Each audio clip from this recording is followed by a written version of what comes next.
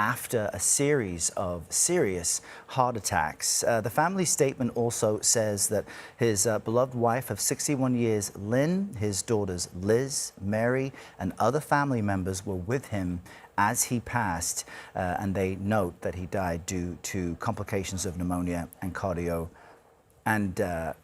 and vascular disease.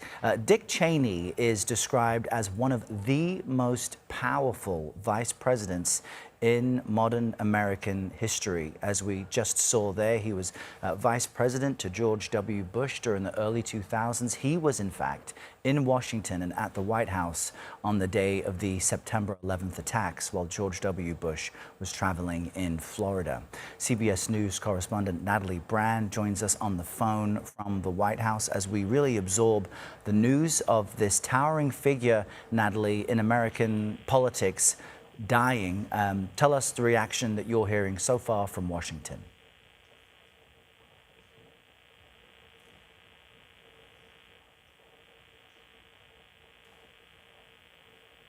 All right, we have a connection issue with Natalie Brand, so as we try to reestablish that, we'll just continue to look through some of the historical images you're seeing there. Dick Cheney next to former President Ronald Reagan, George H.W. Bush, and as we know, Dick Cheney was the former chief of staff to Gerald Ford, and after a career in Washington, he was tasked with helping George H.W. Bush's son, W, as he was known, to find a vice president during the election of the year 2000. And in the end, Cheney found that he was the best candidate.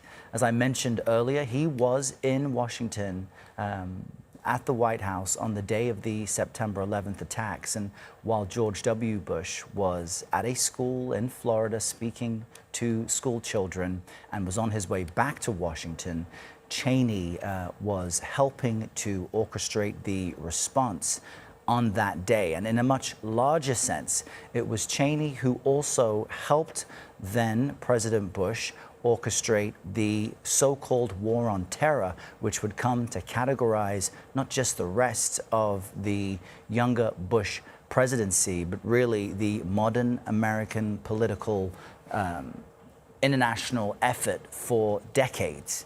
As we all know now, the Department of Homeland Security was created after the 9/11 attacks as an effort, a concerted effort by Democrats and Republicans to prevent the type of carnage we all witnessed on 9/11.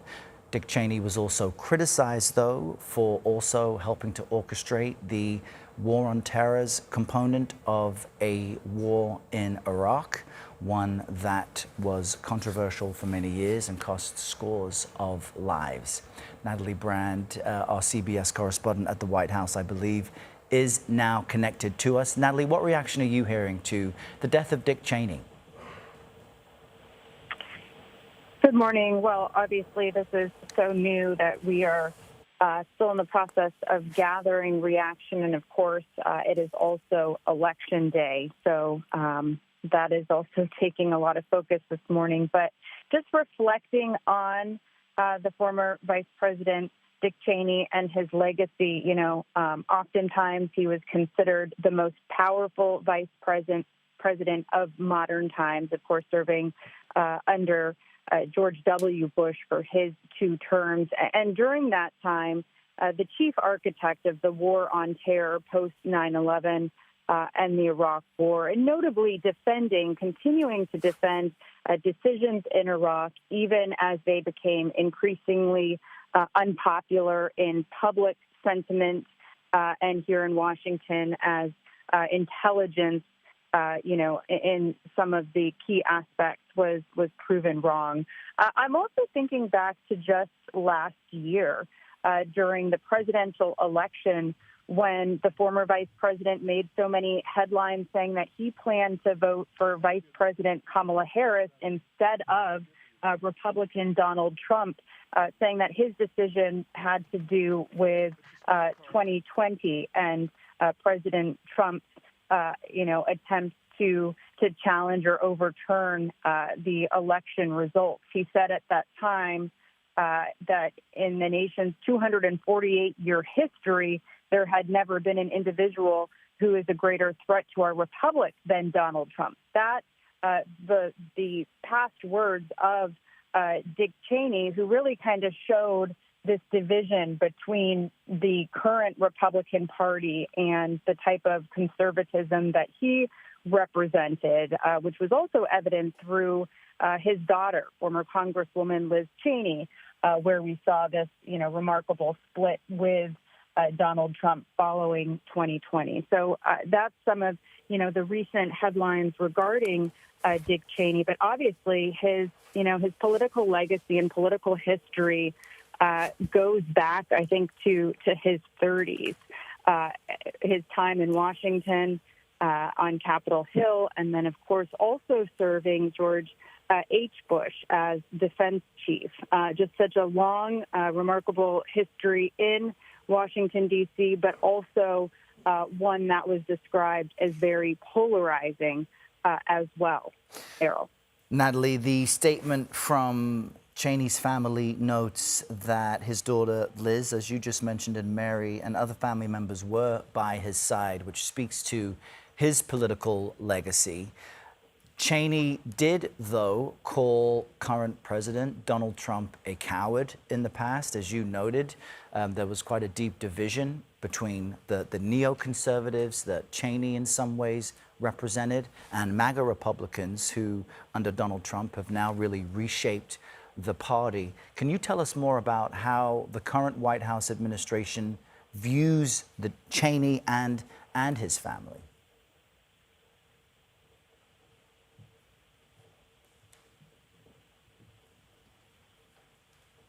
All right, we've lost our connection there with Natalie Brand as we continue to absorb the news that former Vice President Dick Cheney has died at the age of 84. And in many ways, what you'll see today as we all look into the legacy of a man who was truly a towering figure in American politics is that it's a stark contrast to what we've seen ushered in more recent years under Donald Trump. The neoconservative political movement that Cheney helped orchestrate was one in which the war on terror was developed under.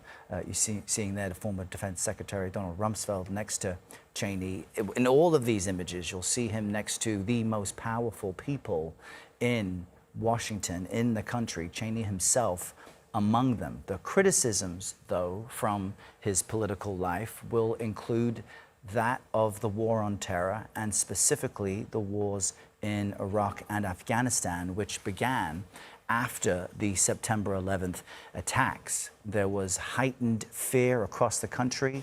There was unity between Democrats and Republicans for the administration to do something, and ultimately legislation was passed that not only established the Department of Homeland Security, but really ushered in an era of preemptive war from the United States to other countries that were allegedly harboring terrorists. And Cheney was an architect. You see him there next to former New York City Mayor Rudy Giuliani after the 9/11 attacks.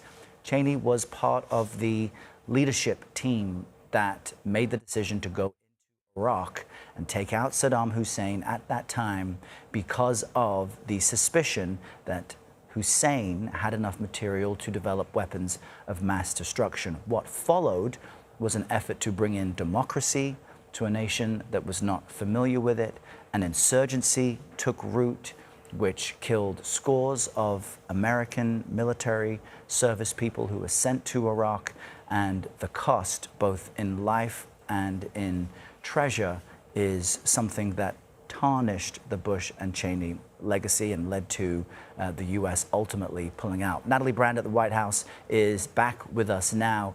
Natalie, help us understand the difference between the type of Republicans, the neoconservatives that Cheney represents, and the stark change in difference between that and MAGA Republicans under Donald Trump. As I was saying to you earlier, Cheney called Trump a coward, and that really led to the division between the Trump team and Cheney neoconservatives. Yeah, and we were talking earlier about that really followed the 2020 election cycle the insurrection at the Capitol and everything that followed. But I think if you look bigger picture, the old type of conservative Republican that Cheney represented and the Trump Republican, you really see the difference in, the populist policies that President Trump supports that is different than the old school Republican policies during, say, the Bush administration. And particularly, when you look at the conflict, the time post 9/11, when you noted there was such a heightened fear and the war on terrorism initially had a lot of support, just given the catastrophic terrorist attack that this nation experienced, the decision to invade Iraq and Afghanistan. President Trump now, 20 plus years later, is trying to become a president who says of peace and move apart from, what he calls forever wars and foreign entanglements and, the loss of U.S. life overseas in these conflicts. So there's also just been shaped by history and, the results of the conflict, this new thought that, a new approach to defense policy and kind of trying to avoid conflicts like that. But obviously in this presidency, we're seeing unprecedented actions in different ways, using the Defense Department to go after what the administration calls, narco-terrorism. So just stark differences, but again, this significant split over 2020 that we've seen through the Cheney family, from the former vice president to his daughter, the former Congresswoman Liz Cheney, who was such a vocal critic of President Trump, and also, at one point campaigning alongside Vice President Harris in the lead up to 2024. We are here on another election day today reflecting on that split. And Natalie, as we continue to absorb the news of Cheney's death, it's important to not only point out the differences between Cheney's ideology and that of current President Trump, but Cheney had a lasting legacy on American politics, on American government, and on many of the laws that are still on the books, specifically as it relates to the Patriot Act and much of the surveillance system that came into play after 9/11. Just give our viewers an update on, or an overview really, of how things changed post 9/11, thanks in part to the Bush-Cheney administration. Yeah, you're talking about new tools of surveillance, detention, inquisition, interrogation, and, even torture in some cases, which became so controversial. But really, I guess that's where, if you think about it, there is kind of a comparison that can be drawn between that period in time and the current president's expanse of presidential power, of course, used in different ways. But Cheney became a proponent and was a proponent of expanding presidential power in various ways. 9/11, of course, took on all the reasons pertaining to national security. But overall, that is a similarity between the administrations, even though there were differences. Also notable that Cheney had splits that time with his party, particularly when it had to do with gay rights in response to one of his daughters and his defense of her rights. So that is also a notable split. And listening to analysis about Dick Cheney, he was said to be a proponent of his political convictions and policies that he believed in, even if they weren't always popular with the public or in some cases with his party. And Natalie, this news has just broken the past hour. So I'm curious to know if you've yet seen any response from the Trump administration or the White House. I know that you are not physically there at the moment, as it is Election Day, and our correspondents have fanned out across the country. And if there is not a statement, when might we expect something, do you think? Well, this is something that the White House is going to be asked about. It will be very interesting. I have not seen a statement yet. But when it does come down, it's going to be interesting to read, again, given some of the tension that has been brewing over the past couple of years between the current president and the Cheney family. So we'll have to see what kind of tone it strikes, if it's one that, makes note of the political legacy, or, if we don't hear anything, that either is going to be very notable. We'll have to wait and see. All right, Natalie Brand joining us with the news that the former Vice President Dick Cheney has died at the age of 84. It is 7 a.m. here on the East Coast in New York City. Good morning, everyone. I'm Errol Barnett, and we continue with our breaking news coverage of the death of former Vice President Dick Cheney. News breaking within the past hour that he has died at the age of 84.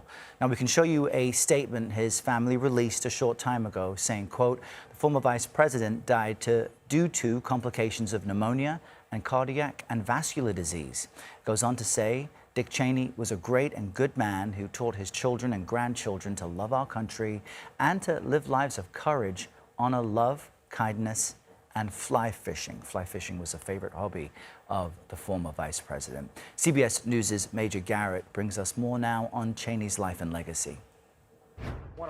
In 2000, Dick Cheney was asked by George W. Bush to help pick his running mate. In the end, it was Cheney's name that rose to the top of the list. He really wanted me to come on board because he thought I could help govern, be part of his team, and that he wanted me involved in everything.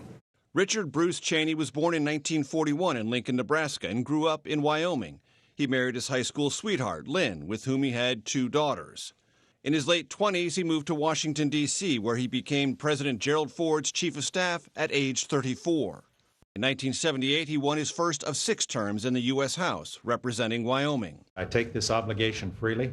He became Secretary of Defense for President George H.W. Bush in 1989, overseeing the U.S. victory in the First Gulf War. In 1995, Cheney became CEO of Halliburton, the world's largest oilfield services company. It made him a multimillionaire. In 2000, he left the company to join the Republican ticket. This election is about real choices, that we are talking about the future of our nation. The bitter presidential contest was decided in Bush and Cheney's favor by a 5-4 decision of the Supreme Court. The September 11, 2001 attacks were the defining moment for the new administration. As the U.S. went to war in Afghanistan, Cheney also urged military action against Iraq. There is no doubt that Saddam Hussein now has weapons of mass destruction. Baghdad fell just 3 weeks after the U.S. invasion in 2003, but the alleged weapons of mass destruction were never found, and American forces began a long, deadly occupation. Even so, the Bush-Cheney team made national security the centerpiece of the 2004 re-election campaign. Because if we make the wrong choice, then the danger is that we'll get hit again. They won in a close election, but as the situation in Iraq disintegrated and U.S. casualties mounted, public opinion turned against the administration. George Bush has got to go! Cheney suffered multiple heart attacks, his first at age 37. He received a new heart in 2012. You wake up every morning with a smile on your face because you've got a new day you never expected to have. Dick Cheney, a man who was both soft-spoken and unyielding, became one of the most powerful vice presidents in American history. Major Garrett, CBS News, Washington. We want to bring in Kevin Sheridan now. He's an advisor on the Romney-Ryan campaign from 2012 and also founder of the Sheridan Media Group. What do you make of this news of the passing of Dick Cheney, considering that he was a towering figure, often described as the most powerful vice president in modern American politics, and now his family says he's died at 84? Yeah, it's hard to explain how important he was actually during those Iraq War days and, following 9/11. He was truly central to everything that America did to respond to 9/11. He's obviously received a lot of criticism since for it, and he made a pivot in the end away from the current Republican Party, but he was crucial to really everything that happened in those days. He's a really towering figure, going all the way back to the 70s, where he was chief of staff and he served in very key roles. He was tight with Donald Rumsfeld, obviously. So an important historical figure, and a lot of history books will be written on him. You know, there is an entire generation of Americans who were not alive on 9/11, or perhaps were so young it is but a distant memory. It truly changed the course of the country. Help people watching remember how Dick Cheney's approach and influence during the George W. Bush years helped shape policy that was passed vis-a-vis the Patriot Act and other initiatives post 9/11. Yeah, I mean, he took a maximalist view that, and a lot of us who lived through it agreed with him at the time that, look, if there's a 1% chance that we're going to get hit by weapons of mass destruction, a nuclear bomb or a dirty bomb or something, in our major American cities, then we have to take every measure possible to counteract it. And that was the argument that won the day at the time. I mean, 78 or so senators, I think, voted for the Iraq War. It's hard to explain if you weren't there what the feeling in this country was at the time. It was a very maximalist feeling that we have to take the fight to the terrorists. And we're still living in the wake of that now. And the Republican Party has largely turned away from that view completely now. But that was at the time, that was the argument that won the day.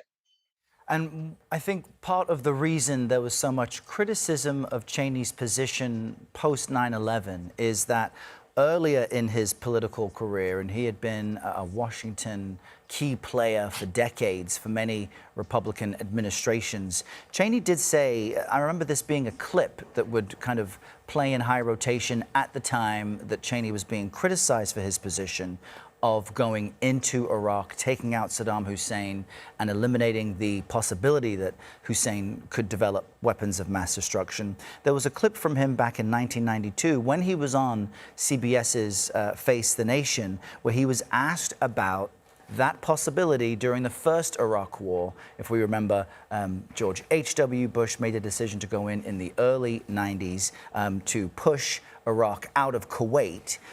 And at the time, Cheney said, quote, if we had gone to Baghdad, if we have sort of accepted the responsibility for occupying the country, governing Iraq, putting a new government in place, running Saddam to the ground, there would be significant additional U.S.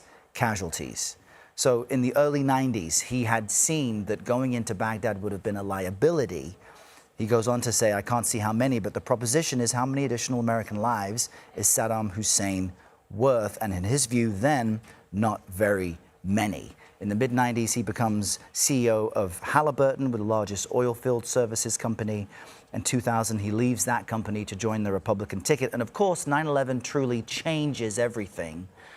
And as vice president, he advocated for going into Baghdad to take out Saddam, which was done successfully. But the challenge was setting up a government to hold Iraq's various interests together. Why do you think he evolved on that thinking? Because America constantly evolved on Iraq and Iran, and our entire Middle Eastern policy was a little schizophrenic. Actually, we were not partners with Saddam Hussein, but we met with him, and we had we were tacitly enjoying the fight between them and Iran at the time. So it was very bizarre. I mean, it's a complicated history, the 80s and into the 90s, when he finally, Saddam Hussein then got aggressive and went into Kuwait, and then we kicked him out of Kuwait. And that was, we shook off the Vietnam era feelings. And it provided, the 90s that felt good. We we finally won a war, but it wasn't resolved. And so that hung over everyone's head for another 10 years. And then 9/11 happens and we go back in. So like he's a reflection, I think, a lot of where the country was. The country has evolved right along with him. And whether he was the leading edge of it or whether he was reflecting it, the historians will have to tell us that, but or try to explain that. But yeah, we were all there, those of us who lived through it, and yeah, he was always a voice in it, though. Kevin Sheridan, we appreciate your insight. Some really interesting points there as we digest the news that former Vice President Dick Cheney has died at the age of 84. We now want to bring in our CBS News political contributors, Terry Sullivan, who has consulted for Republicans, and Joel Payne, who is a strategist for Democrats. Welcome to you both. On this point of a Cheney evolution throughout his political career, how are you both digesting this news? Terry, I'll start with you on the legacy Cheney leaves. Sure. I think it's first it's a sad day.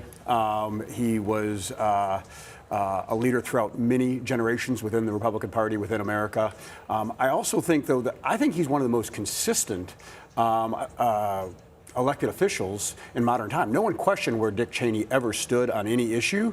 The fact that he didn't want to go into Iraq in '92 doesn't, I mean, those were different situations. We didn't think that Iraq had weapons of mass destruction, had nuclear weapons, and doing testing in 1992. So that's a big fundamental difference. So I don't know that his opinion evolved, his perception of the facts evolved, and I think that's an important distinction. But this is a gentleman who's been in public service since he was an operative. He was the youngest chief of staff in the Ford in the history of the White House for Gerald Ford.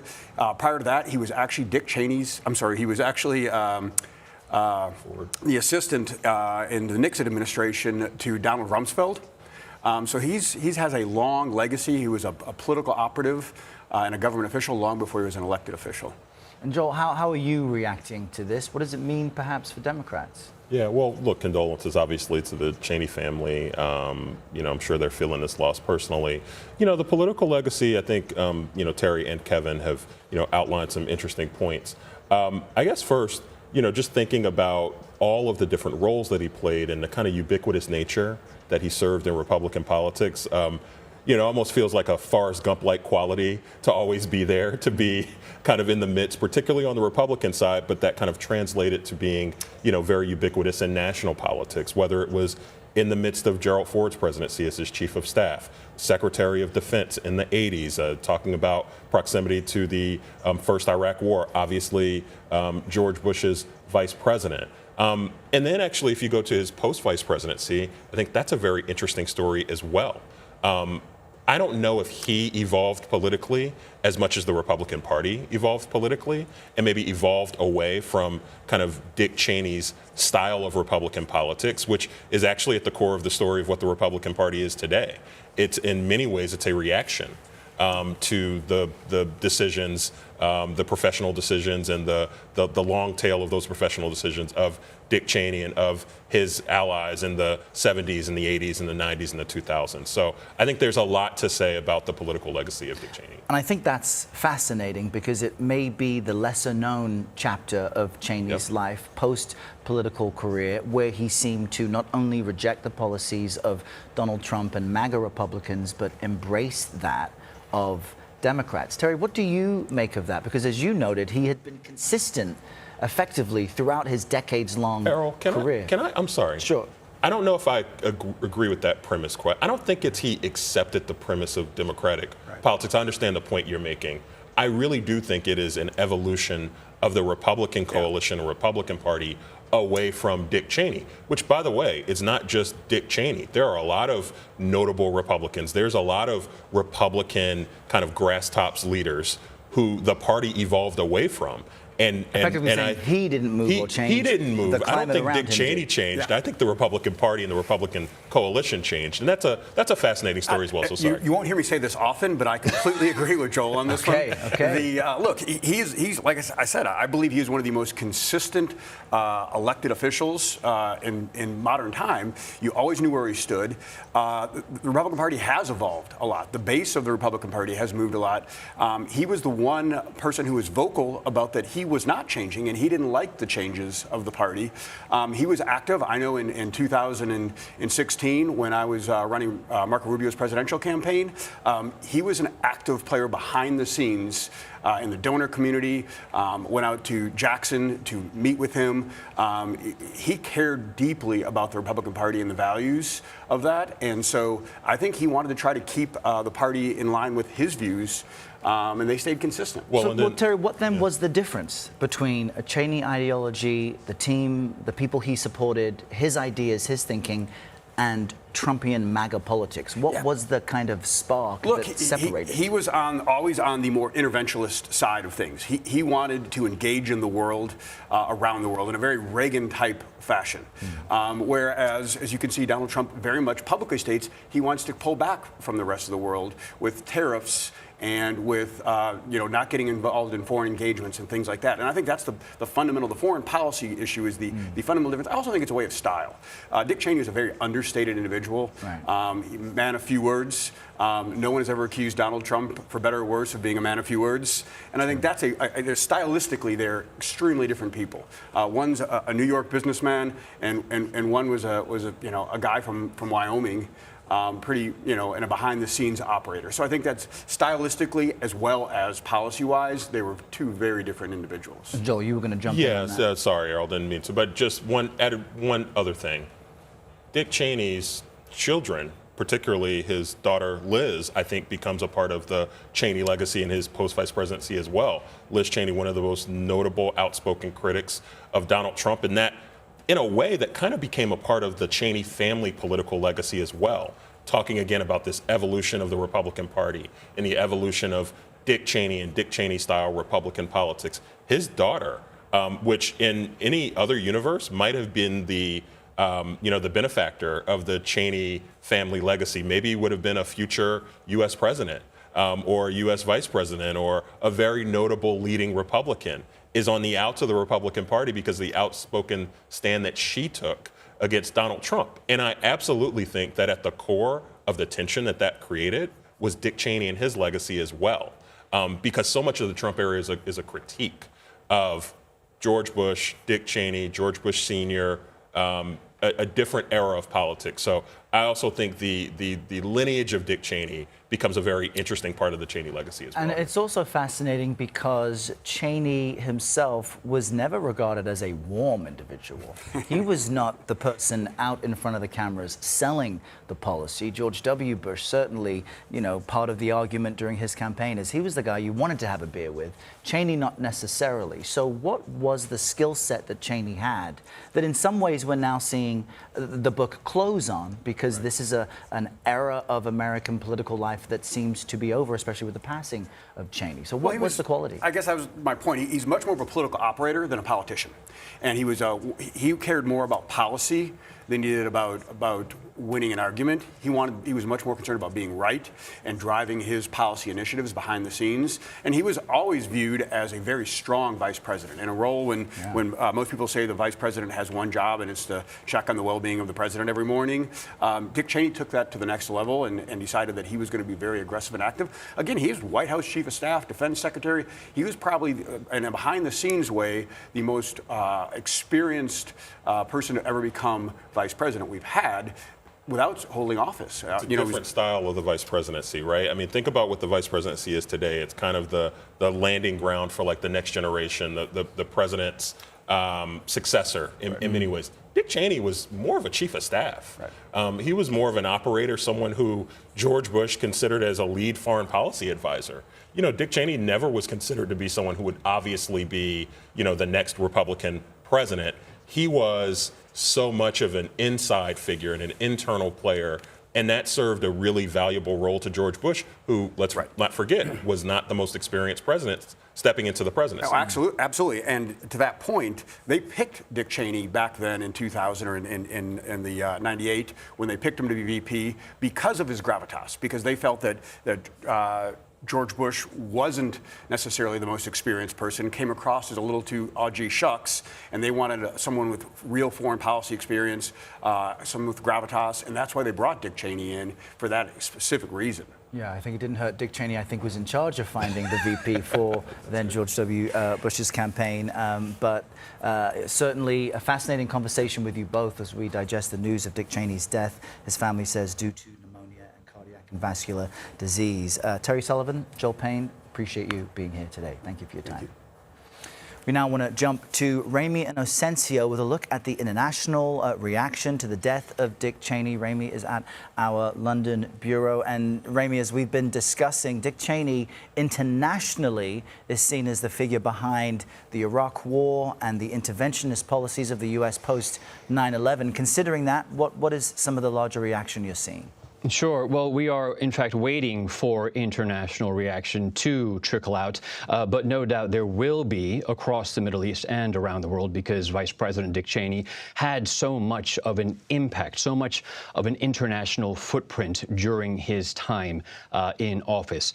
The words that are associated with him around the world, from defense, as the Secretary of Defense, to war and the war on terror, to the U.S. military deployment in the efforts to nation build or to topple what he and the U.S. government saw as authoritarian regimes. That is what Dick Cheney, his brand, his legacy will be known as, will be known as we talk about his time and his life and his career over the course of today. But of course, as we've been talking, Vice President Cheney will forever be tied to the Iraq War by his supporters. They saw this as a kind of American strength after the 9/11 attacks, but by critics as a failure, and also steeped in a lie about weapons of mass destruction.